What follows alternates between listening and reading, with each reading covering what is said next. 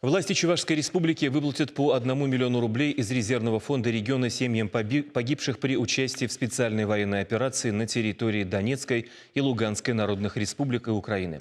Соответствующее решение было объявлено сегодня на сессии Госсовета Чувашии.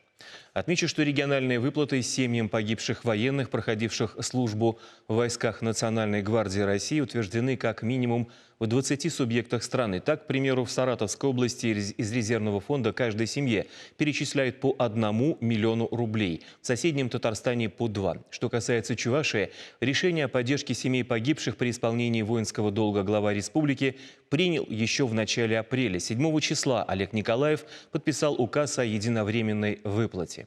Еще 2 недели у регионального правительства ушло на то, чтобы разработать необходимые нормативные документы и найти источник финансирования. Сегодня законопроект сразу в 2 чтениях единогласно поддержали парламентарии.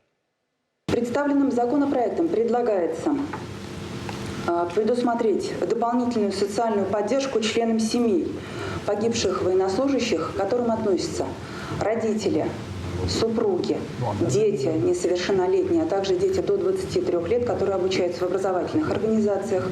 Совершеннолетние дети – это если погиб единственный родитель, а также родные братья и сестры при отсутствии вышеперечисленных категорий. Общий объем единовременной денежной выплаты составит 1 миллион рублей в равных долях на претендующих на нее членов семьи.